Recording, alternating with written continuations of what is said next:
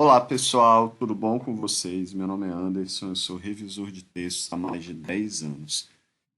Revisor não é Messias.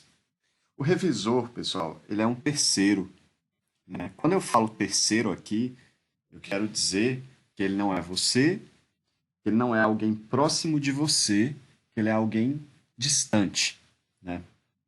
A não ser que você contrate um revisor que você conheça, que seja seu amigo, né? Mas eu estou falando de casos em que você contrata alguém que você não conhece. E qual é a função dele?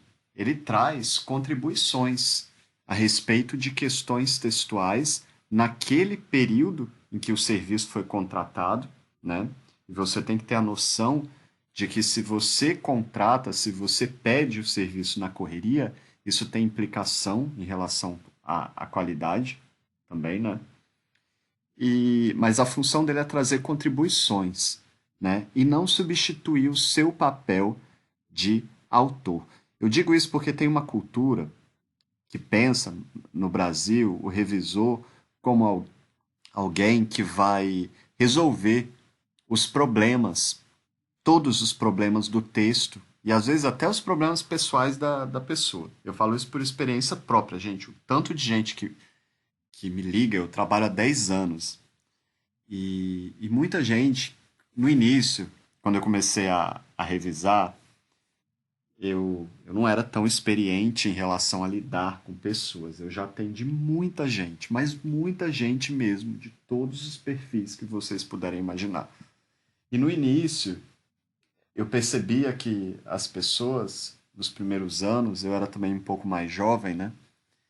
Tinha gente que eu percebia padrões, assim, gente que só que é bem mais prática, que manda um e-mail e está tudo resolvido por e-mail ali, né? Que quer o serviço um pouco mais no período de entrega mais curto, né? A pessoa pede por e-mail num prazo X, você entrega, acabou.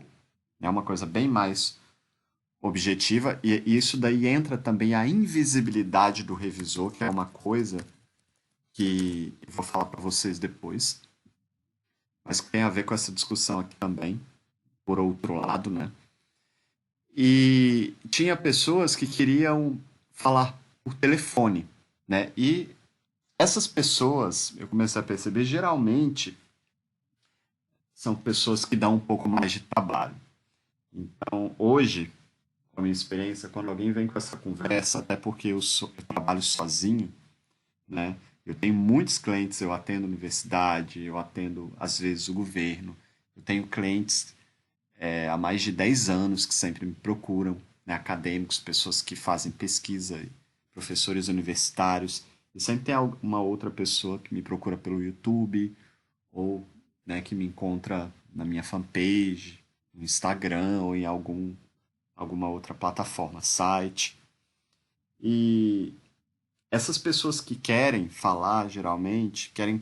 Eu percebi, comecei a perceber padrões assim. Então, muita gente que quer, às vezes são pessoas que não têm nenhuma quantidade de laudas significativa para mim, são 3 laudas só, e a pessoa quer conversar comigo. Ou então é uma pessoa que ela quer que seja feito algo muito além do que eu ofereço. E aí a gente começa a ter problemas nessas interações. E eu acho que não só para mim, para a pessoa também, né? Então acho que por isso que eu achei interessante trazer essa discussão aqui. Eu hoje, quando vem pessoas com muita conversa, muita coisa, até porque eu só acho que bem esclarecido a respeito da minha profissão, pelo meu site, e também quando a pessoa entra em contato comigo, eu geralmente deixo um texto, explico, muito bem explicado no início, mando uma mensagem de voz de 1 minuto, 2 minutos explicando, a pessoa ficar bem ciente do que eu faço, o que ela está contratando e o que eu não farei, né? E o que será feito e até onde o meu ofício resolve o problema dela ou não, né? Porque tem nessas questões tem gente que vem com outras questões, o tanto de gente também que me procura pedindo para fazer coisas que eu nem ofereço, principalmente para fazer trabalhos acadêmicos e aí vem esse messianismo aí, esse pensamento messiânico de se entregar para o outro, isso é muito comum da nossa cultura, não só em relação à revisão, mas à política em si, de você, a romances também, né, de você colocar no outro tudo aquilo que você tem, né, por uma falta, acredito eu, de conhecimento de si mesmo. Isso é muito típico de cultura latina. Eu sempre falo isso aqui no canal. E, e isso não é positivo, né? Então, o revisor, ele é um terceiro e ele tem um certo limite. Ele não é alguém da sua família, né? Ele não é o seu amigo, né? Ele é uma pessoa que você coloca, um desconhecido para quem você coloca os textos na mão dessa pessoa, né? E isso pode ser problemático, porque o texto é uma coisa muito subjetiva, é uma coisa muito sua, muito pessoal. Mesmo que ele seja um texto acadêmico, é uma coisa ali produto da sua subjetividade. Alguém interferir nisso tem que ser uma pessoa que realmente sabe o que está fazendo, né? Porque o que, né, o que é para uma pessoa uma coisa, gente, não é para outra. Né? Às vezes o autor do texto não fica feliz com alguma coisa que é feita, então você precisa de uma certa sensibilidade linguística e até para lidar com o outro para entender isso, né? Para você não acreditar que você faz ali e que vai ser um consenso para todo mundo, né? Eu tenho muita experiência, então hoje eu sei lidar muito bem com isso. E eu me amparo no que eu ofereço, né?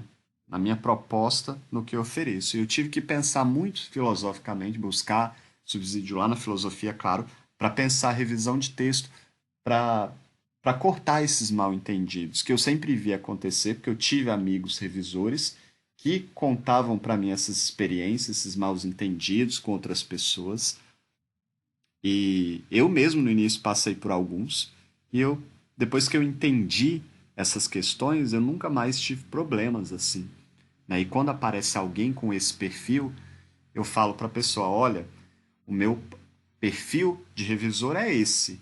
Então, se você não está satisfeito com a minha proposta, procure alguém que se alinhe a esse perfil milagreiro que você busca. E eu tenho certeza que essa pessoa vai te decepcionar.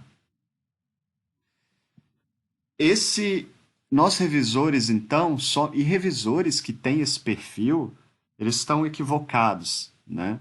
Porque essa perspectiva objetiva, estruturalista para a língua desse jeito, a língua não é assim, gente. Ainda mais o texto, né? O texto é uma coisa, esses padrões de objetividade, até de neutralidade do texto, essas coisas todas foram quebradas e rompidas, né? Uma outra questão, o texto, você como autor, tem que ter um pouco de consciência da sua própria voz. O problema disso, da sua própria voz, do seu próprio texto, é que eu acredito que algumas pessoas, né, a complexidade dessa relação entre revisor e autor, ela está relacionada com a própria dimensão de conhecimento do sujeito, do autor do texto, sobre ele mesmo. E isso tem, eu vou dar aqui um outro exemplo claro, nem hoje, né, a gente sabe, né, gente, nem no namoro você não vai colocar você não vai se entregar pro outro, né? Nem as pessoas da sua família fazem isso. Quem, muito menos um revisor. Quem dirá um revisor, né? Então, tem, tem gente assim que às vezes eu me eu me esforço um pouco mais, eu faço uma gentileza às vezes assim, porque eu vejo que tem muito problema e eu percebo no texto, por exemplo, da pessoa, eu percebo que as minhas soluções ali, além das minhas contribuições, né, ela precisa rever algumas coisas de conteúdo, eu consigo perceber isso às vezes, ou de metodologia, então, às vezes eu faço uma gentileza, deixo, né? Mas eu observo o perfil da pessoa, não deixo para todo mundo, não. E, e aí, né, essas pessoas às vezes, né, pensam assim, ah, ele foi legal comigo, né, ele tá dando atenção para mim, então ele deu a mão, eu vou querer o pé, tudo, né? Aí a pessoa pega, ah, dá uma olhadinha aqui no meu outro texto. Não, não, não, não vou dar uma olhadinha, né? Se você quiser que eu olhe o seu outro texto, o preço que você acordou comigo para a primeira revisão inclui a revisão do texto que você enviou.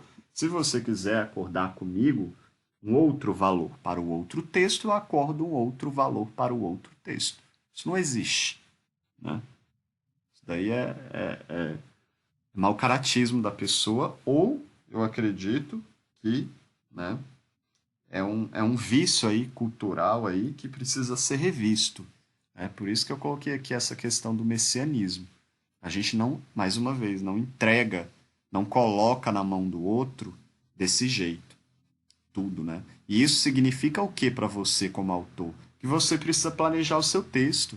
E não que o revisor não existe, porque tem gente que vai pensar assim com isso que eu estou dizendo. Ah, então, se eu tenho que me preocupar tanto com o meu texto, para que eu vou enviar ele para um revisor? Todo texto precisa de revisão. Se você fez um bom trabalho, ele vai ter várias lacunas ali no nível gramatical. E quem vai resolver isso é um terceiro, é um revisor, é uma pessoa especializada, não é o amigo ali que você vai dar para dar uma olhadinha no texto gratuita, ou pagar uns quebrados ali para alguém, né? E não, é um profissional, né? Se você quiser, né, ter seriedade em relação ao seu texto, né? E tem no início da minha carreira, eu vou dar aqui um exemplo bem claro para vocês entenderem esses mal entendidos, essa questão das pessoas buscarem no serviço de revisão uma redenção total no outro. Até porque as pessoas não sabem o que é revisão, né? Então elas confundem revisão com desenvolver trabalho acadêmico, mas eu acho que isso entra mais para o mau caratismo, gente. Porque quando a gente fala de trabalho acadêmico, a pessoa que busca uma outra para fazer para ela é mau caráter, gente. É e pronto. Isso não existe da pessoa querer, né? Isso daí não existe, né? Agora eu também vejo que às vezes há alguns problemas no texto que são de outra ordem, mas que esbarram ali em alguma questão de gramática, por exemplo, ou em alguma questão da revisão crítica que eu ofereço, por exemplo. E aí, nesse caso, eu tenho que puxar o pezinho disso para a pessoa ali ver que é problema dela. E eu deixo, nesses casos, um comentário quando a minha intervenção ali não é suficiente. Por exemplo, você precisa rever o período, repensar o período, né? O problema está no pensamento ali, e reformular. Não é uma coisa que vai ser resolvida na revisão ortográfica e gramatical. Há também nessa cultura errada de pensar o revisor, né, de que ele é responsável pelo conteúdo e de que tem uma parte na revisão ali ligada a uma melhora do texto. Isso também a gente entra aí para esses mitos sobre fazer trabalho acadêmico, que está no inconsciente do brasileiro, né? Até porque o ofício de revisão não é uma coisa regulamentada. Então tem todo, né, um mercado aí e também profissionais não vão usar essa palavra, mas pessoas aí que trabalham nessa área e que fazem coisas que não se articulam ao universo de revisão. Ou porque às vezes aparece, né? Ou porque a pessoa vem com aquela justificativa de que ela precisa, né? Porque para muitas pessoas que trabalham com revisão, a revisão é um bico. A revisão não é uma atividade profissional, né? Outro dia eu ouvi uma mensagem, uma pessoa me mandou um e-mail, que me segue aqui no canal, perguntando para mim quanto que ela deveria cobrar para uma revisão.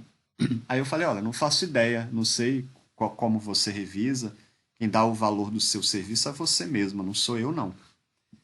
E, e aí eu falei, só não cobra um valor muito baixo, né? Mas e se você tem que ter a sensibilidade para entender que se você não tiver muita experiência, dependendo, você nem deveria oferecer o serviço, né? Porque você pode arruinar o texto de outra pessoa, se você não souber o que você está fazendo, e, e ter um pouco de noção, né, do que você está fazendo e atrelar isso ao preço.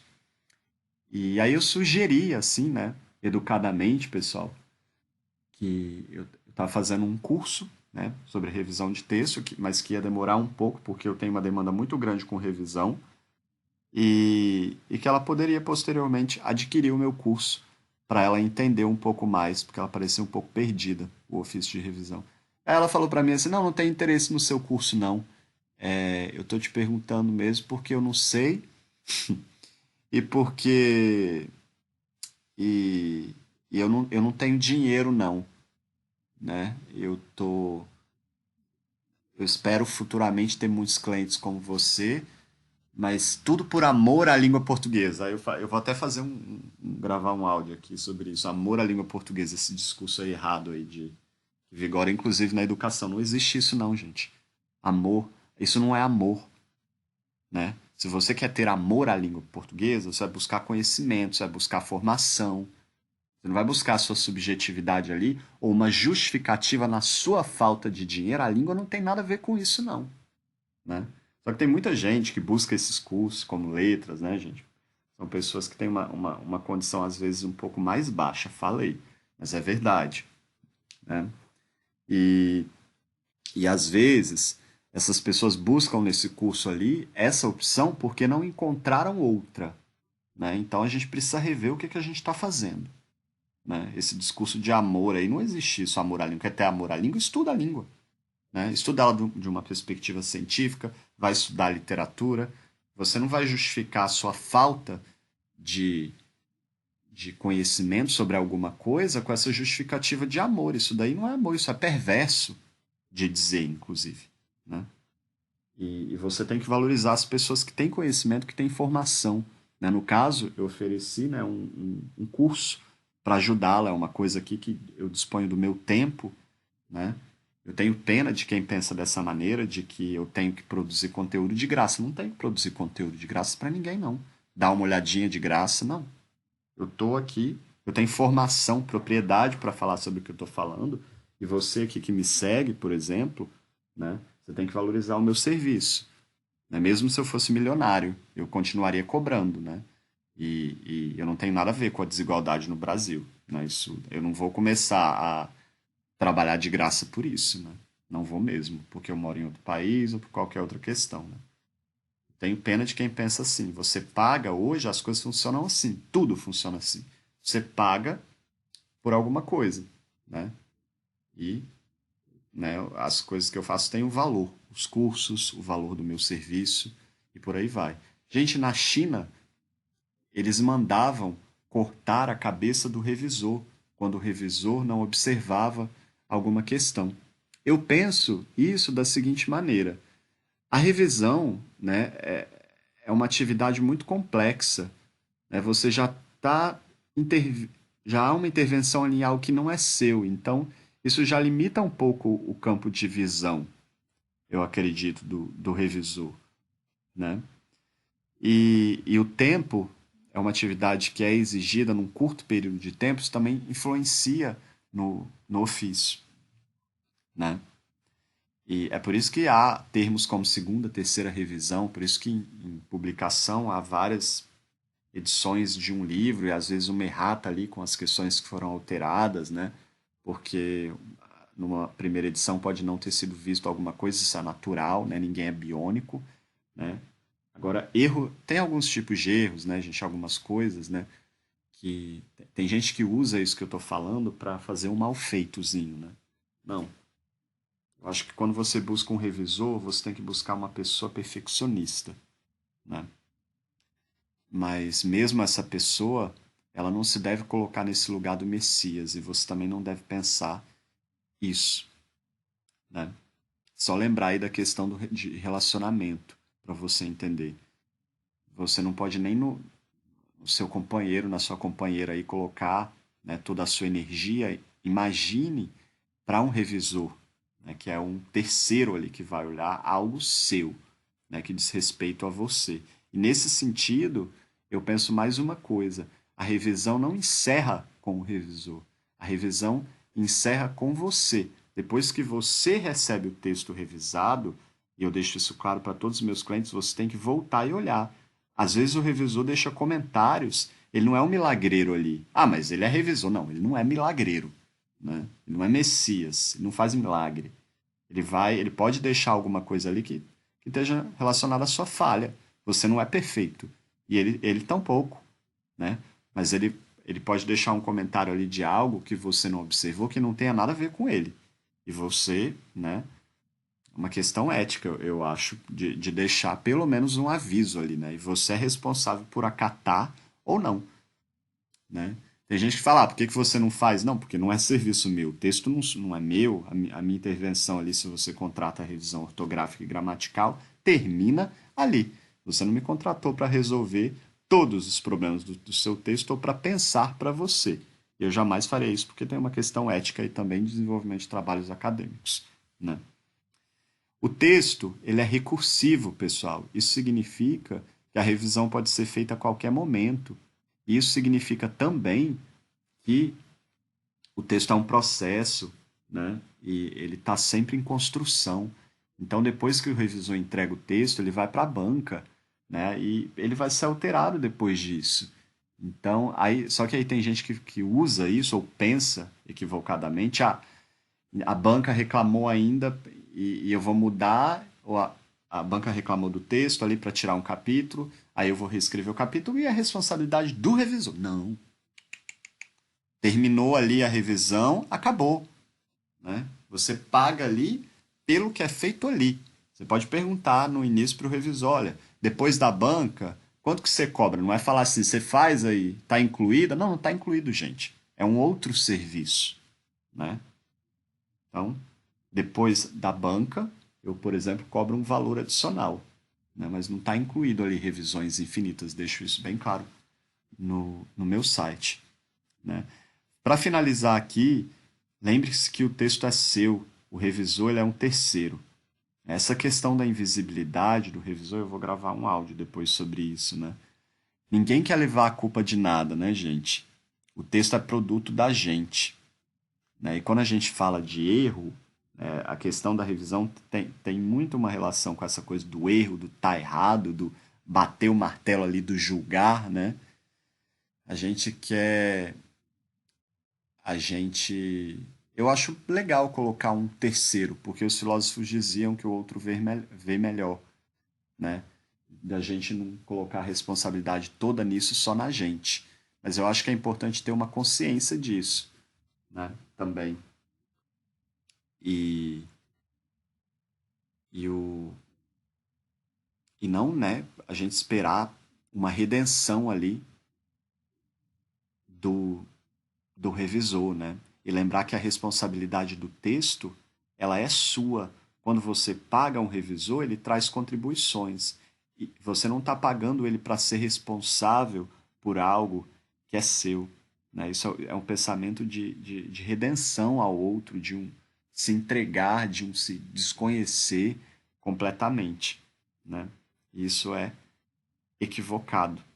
A gente tem que saber dos nossos próprios erros e até onde a gente pode conseguir uma ajuda, né? E a gente tem que lembrar que essa ajuda ela é bem-vinda, né? E que a gente pode não ter resolvido quando a gente busca uma ajuda, né? Por exemplo, mesmo que seja paga, a gente pode não ter resolvido ali todos os pode ainda ter problema, vamos dizer assim, né? Mas a ajuda, ela já é alguma coisa, né? Ela já é uma versão melhorada ali do que você enviou, porque antes estava bem pior, né? Mas você tem que lembrar também que tem coisas que quem resolve mesmo é você, né?